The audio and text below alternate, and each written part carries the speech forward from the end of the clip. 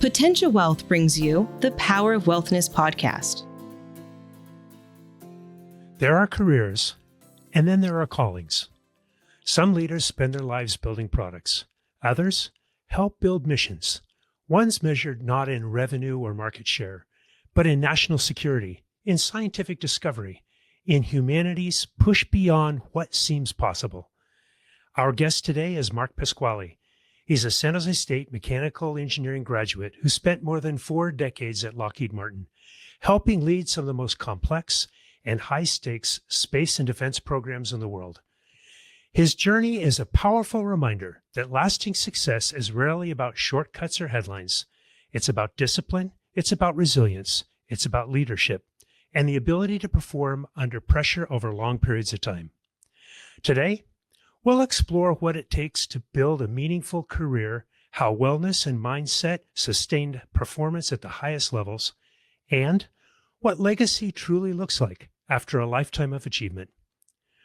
Mark, welcome to the Power of Wealthness. Thank you, Kevin. Honored and glad to be here. So it's auspicious to have you here just after the Artemis II launch. What did you participate at all in that, or what does that look like? Yeah, for me, I had various roles at Lockheed Martin over the 2 decades, effectively, that we worked on the Artemis program. I remember the day that we won the award. We were not favored to win, but we came up with a very novel solution. John Karras, who was leading that capture, came up with just a fantastic design and opportunity for us to get back into the manned space business, if you will. I was vice president of engineering for a number of years. I sat on a number of review boards where we had to tackle the most difficult technical questions, made decisions on going back to the drawing board versus, yes, this is an acceptable solution to move forward. And I've been in contact with my colleagues for the last week as we have been enjoying the first part of the mission. That's nice. For me, though, not being involved with the space program on a daily basis and thinking back to 60 years ago, we actually landed on the moon with about as much technology as I've got in my cell phone. 60 years later, we're just circling the moon. It seems like we're going backward instead of forward. Yeah, I can see that from that perspective. But what we're doing now is setting the stage for our mission to Mars. And so this is a different technology than we had with the Apollo programs. Clearly more computer capability, and we're proving out the capability of the Artemis capsule and the mission in general. And yes, we're circling the moon. That's our next step towards Mars. And, the goal is Mars by 2030. Whether we get there or not, I'm not sure, but that's our plan. Well, if we're going to make it to Mars, we need to have a working toilet. We definitely need to have a working toilet. Did not think that would be one of the things that I'd be working on when I graduated with my mechanical engineering degree. But if you watched the Apollo 13 mission, the scrubbers for air were a big part of that mission. And it is definitely a broad mission when you put men and women astronauts on a capsule thousands of miles away from Earth and need to bring them home safely. Yeah. Let's go back. Let's take you back to San Jose State, which is where you started your education.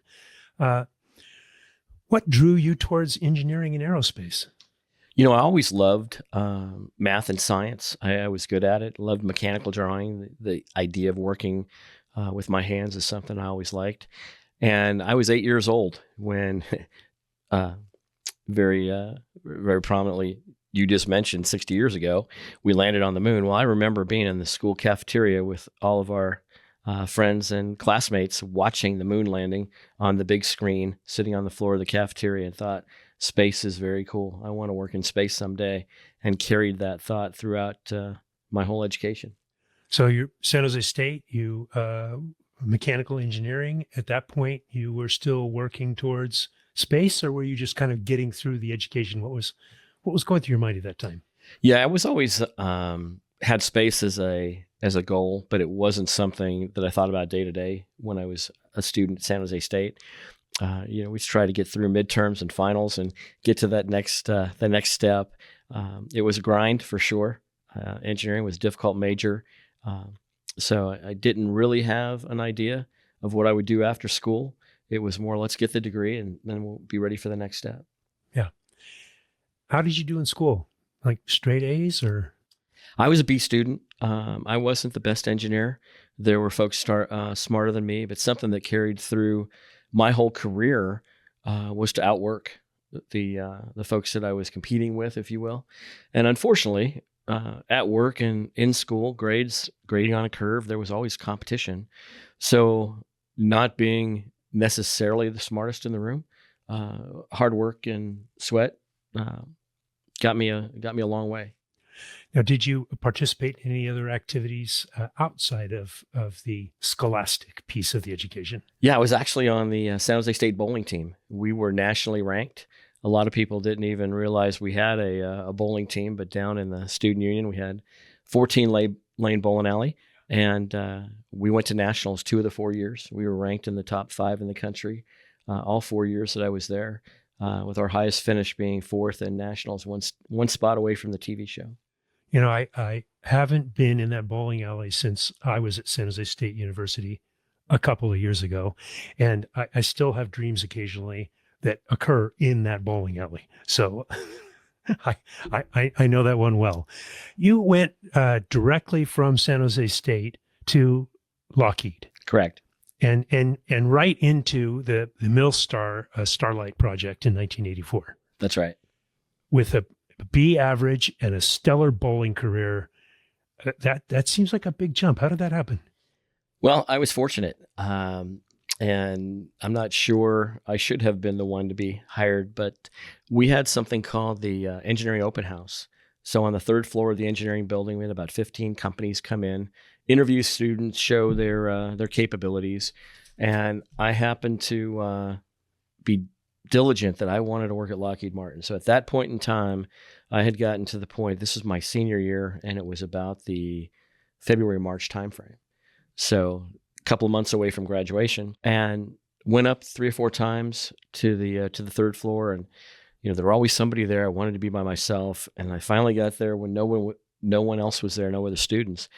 And the mechanical engineering rep wasn't there, so I had to come back again, and finally was able to talk to him, Steve Kondo, so I'll never forget it.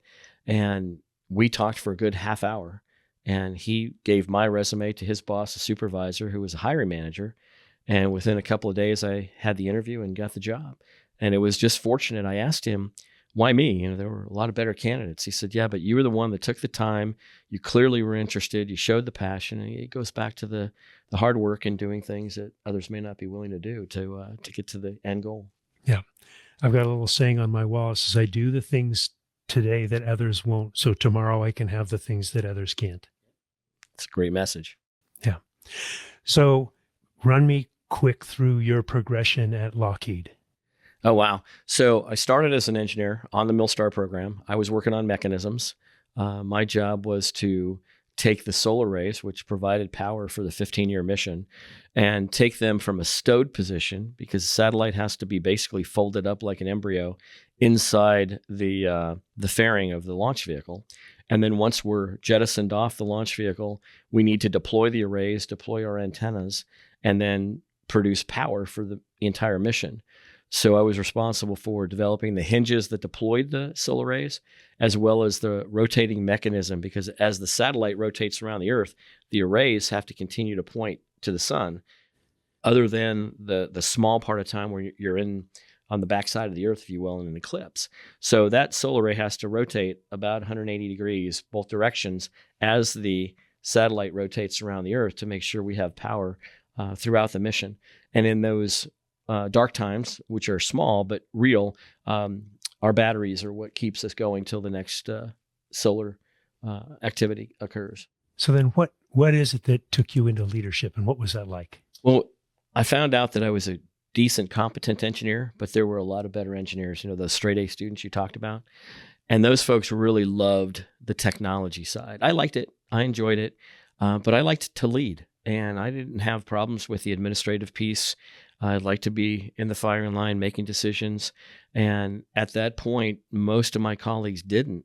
So I was able to become a leader within the group and take advantage of my skill set and leverage the fact that had some great engineers working with and for me. And back to, I've always felt like I was the least intelligent person in the room, but I was willing to make the hard decisions and take all the facts that were there on any given day and move forward. So how is it that leaders make confident decisions like that? Well, you have to take all the facts that you're given, all of the inputs, and it's never cut and dry, especially in space, because there are no repairmen in on the satellite world.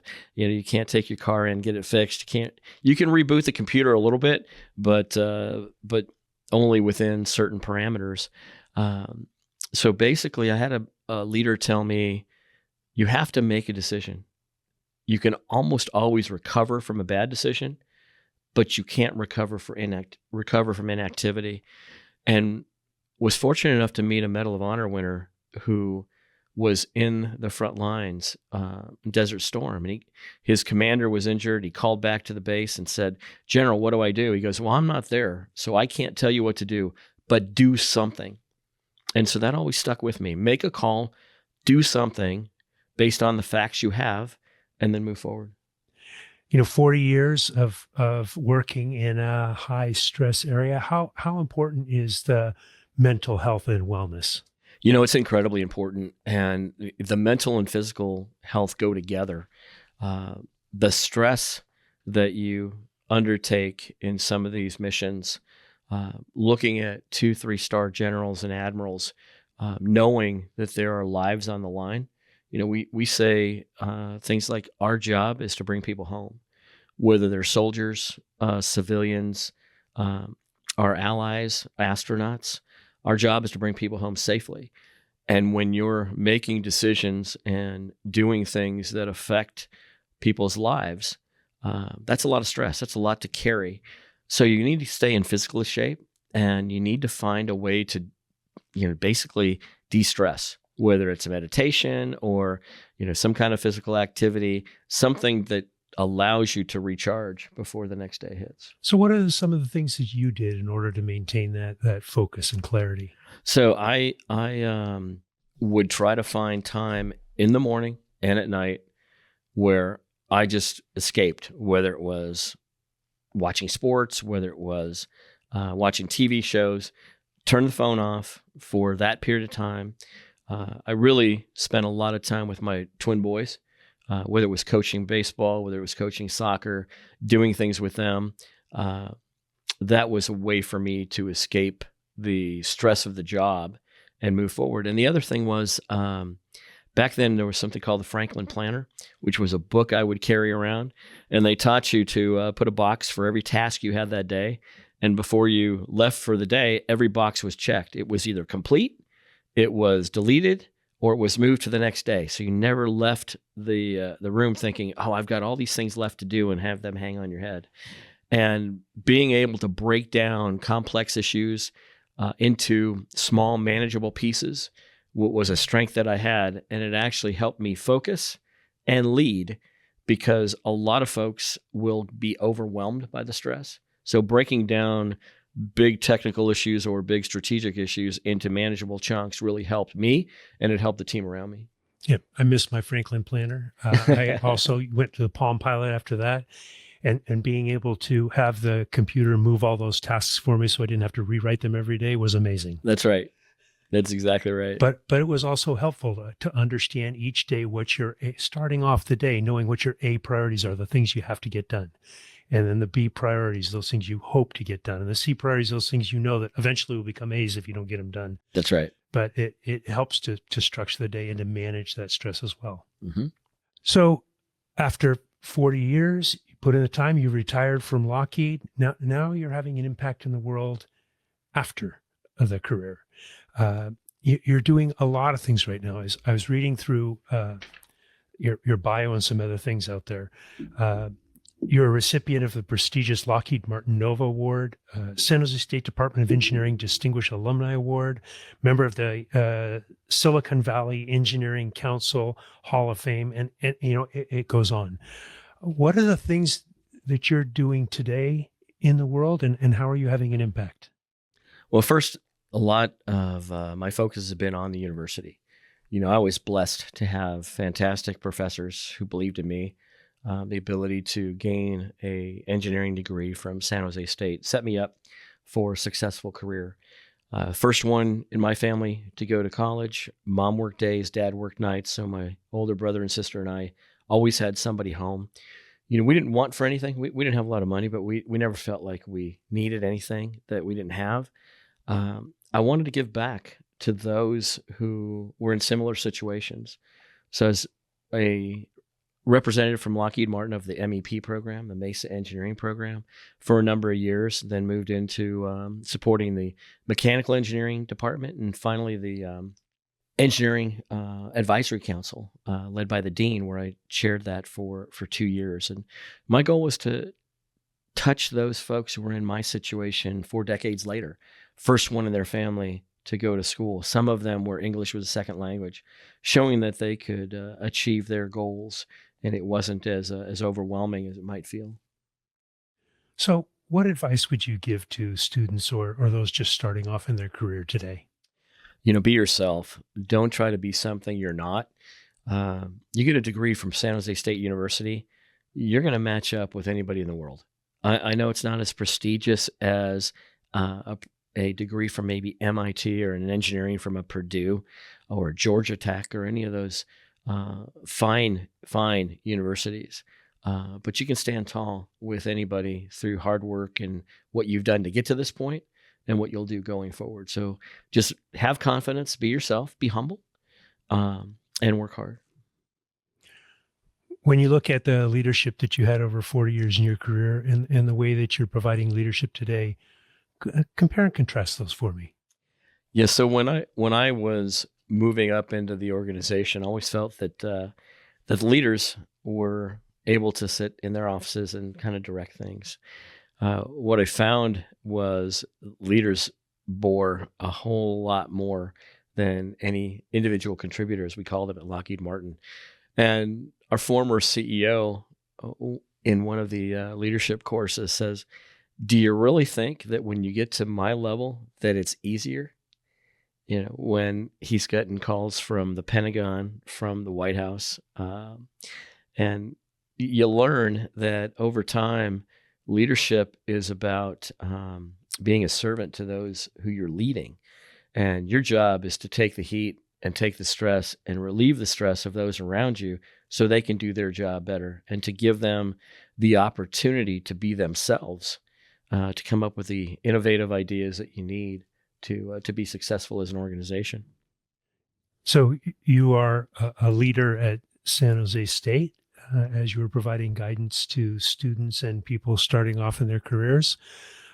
For those future leaders in engineering, technology, or business, with the technology that's changing, what types of changes do you see for them? Well, it's exponentially faster than it was when I was starting out as an engineer. I mean, just you think of the chip speeds and the software advances, artificial intelligence, machine learning. Those were things we didn't even contemplate when I started. It just opens up huge opportunities, but it also means you've got to stay current with your technology and capabilities. And leaders who've been in the workforce for 20, 30 years, they can't hope to keep up with all of the trends and technologies. They've got to, probably more now than ever, rely on their team to stay up to date on technology and to trust them. And that's going to be hard for a lot of leaders because they're more used to being in control and having more knowledge than those around them. And now they've got to accept the fact that they may not have the most up-to-date, state-of-the-art technology in their own minds and need to rely on their team to provide that.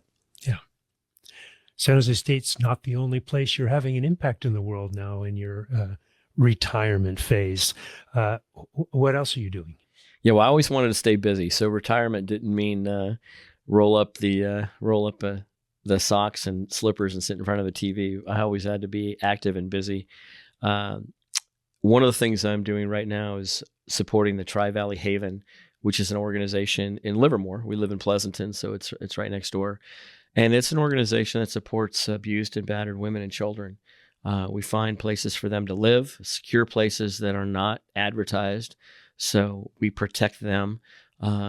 We also have a thrift store. We raise money. We put them to work there if they want work, help them get into the workforce, with interview training and help them with wardrobes and things like that. But we have our gala coming up, our main fundraiser.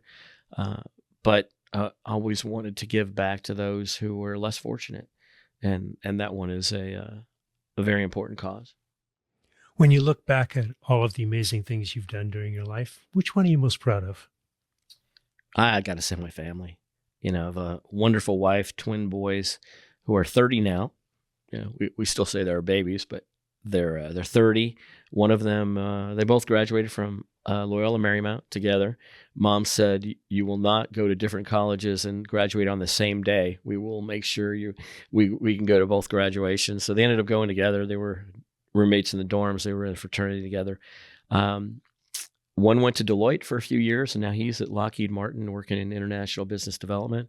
And the other one is working in private equity in Los Angeles, and they're both doing really well. So I'm really proud of them and what they've done. So I think that's my proudest accomplishment, if you will. Good. Well, congratulations. Thank you very much. My wife gets the credit. I was always working. She raised them, quite honestly, but I'll take a little bit of credit too. Now, the one thing that you haven't mentioned through all of this, and actually in all of the information and the conversations we've had, I pulled up that you are involved with something called Speed Tour Super Mods. Yep. What is that? It's a racing series on the West Coast. These are cars. They're called super modifieds. They're open wheel, basically mini Indy cars. So if you're familiar with Indianapolis 500 and those cars, they're very similar. The engines are in the front, not the rear, which is how IndyCar started. And 65% of the weight is offset to the left side.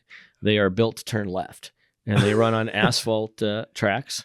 My dad and I used to go to the races every week. He started taking me, he told me, when I was 2 years old. And we went all over the state watching these cars. And over the years, for various reasons, the series kind of dwindled to the point where it was going away. I was a fan. I was never part of the series, but knew enough people to get involved and got to know the teams and the drivers and said, "Hey, what if I started the series? Would you be interested?" And asked them, what do you want the rules to be? What do you want the payout to be? How do you want it structured? And have earned their credibility from them over the last few years, mostly because I don't have a team. I'm not a driver. I'm not an owner. I don't have any conflict of interest. I don't care who wins, who doesn't win. So I believe they know I'm doing everything in the best interest of the series, not any one individual. And we have teams from Canada, Washington, Oregon, California, Idaho, Colorado, Utah, and we run in tracks in Idaho, Washington, California, Nevada, and hopefully Colorado. Again, a fun thing, and still having an impact in other people's lives, even though you're not racing, putting the organization together. So thank you for that. You have a motto that you live your life by. What is that? Mission first, people always. Yeah. It's something that I learned from the intelligence community. If you think about it, and it's any phase of life, whether it's school, work, sports, when you don't care who gets credit, you always come up with a better solution. So that's the mission first part. And then people always. I told you our job at Lockheed Martin is to bring people home. So it's always people, right? I worked on a program called MUOS, Mobile User Objective System. And if you ever saw the movie with Mark Wahlberg, Lone Survivor, he and his advanced team were pinned down and could not make a secure call. When they made an unsecure call, it gave away their position. MUOS was enabled to allow secure communications beyond line of sight. So you didn't have to expose yourself to make a call. You could do it from underneath foliage like trees and bushes or inside buildings. And we were behind and we were overrun and we were struggling. And we were in on a Saturday like we always were. And someone said, "Why do I have to work another Saturday?" I said, "Because our job is to bring people home and the warfighter never gets a day off. We're late, we're overrun, we need to deliver." No one ever asked that question again. One question we like to ask our guests is, what financial advice have you received in your life that has made an impact for you personally? I think the best advice I got was when I first hired in. The day that I hired in, Lockheed gives you all this information, and one of them was the 401k. And my boss said, look, put as much money as you can into the 401k. And at that time, it was 4%, and I was making $520 a week, which was like $1 million to a college student back in 1984. So I was putting away, $20 a week, and would increase that as I was able to the max of 8%. And at the time, Lockheed Martin matched it with 50%. So my 8 became 12. Well, 40 years later, that's a reasonable amount of money. So it's, save even small amounts early when I'm not a business major, but I understand compounding interest. And that was probably the best financial advice I ever received. Yeah. Mission first, people always. Yes, sir. It's a great way to live life, and you have done that through your 40 years at Lockheed. And now that you're in that next phase of life, to continuing to impact people always in many different ways. So thank you for that. And thank you for joining us here. We really appreciate it. No, my pleasure. Again, honored to be here. Thank you. Mark, thank you for sharing your story and your perspective. Your journey reminds us that meaningful success is often built quietly through discipline, perseverance, and a commitment to something larger than ourselves. If today's conversation has inspired you or has given you new perspective on leadership and performance, we invite you to like, subscribe, and share this podcast with someone who can benefit from hearing it. As always, remember to be proactive, be prepared, and look out for one another. Until next time, be the power of wealthness. Thank you for listening to the Power of Wealthness podcast. Click the follow button to be notified when new episodes become available. Visit our website at potentialwealth.com or give us a call at 408-288-7886. The information covered and posted represents the views and opinions of the guest and does not necessarily represent the views or opinions of Potential Wealth or Potentia RIA. The content has been made available for informational and educational purposes only. The content is not intended to be a substitute for professional investing advice. Always seek the advice of your financial advisor or other qualified financial service provider with any questions you may have regarding your investment planning. Investment advice offered through Potentia RIA LLC, a registered investment advisor.